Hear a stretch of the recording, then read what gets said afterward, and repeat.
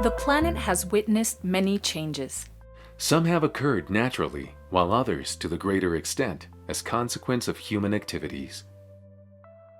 Climate change is a part of the planet's natural dynamic. It occurs when certain conditions such as temperature or humidity are modified and remain like that for a long period of time.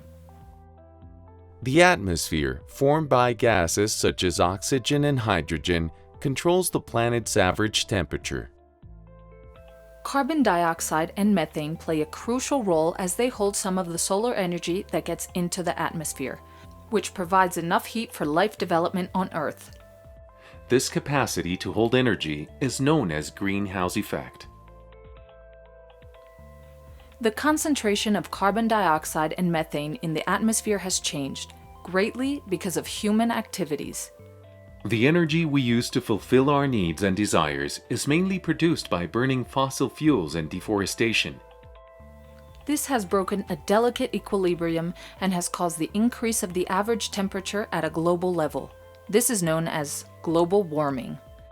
This increase in the average temperature, which in and of itself is one of the strongest pieces of evidence of climate change, intensifies climate conditions. We have seen that northern countries are having colder winters while many of Mexico's states have reported an increase in flooding. Furthermore, other regions of the world are suffering from longer droughts and shrinking reserves of potable water. These are just some of the consequences of climate change. Although these events may be devastating, we can still decrease their impact. The key is to carry out mitigation strategies to avoid the increase of emissions to uncontrollable levels, as well as adaptation actions that will allow us to live under the new climate conditions.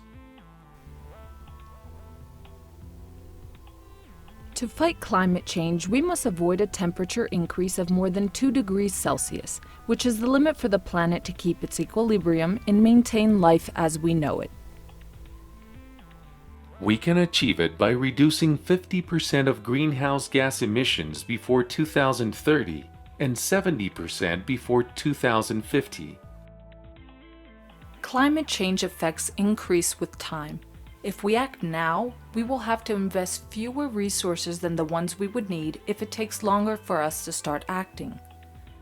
We can reach the goal with individual and collective action, which is why governments from different countries have gathered many times to establish concrete commitments to reduce emissions, such as Kyoto 1997 and Cancun 2010.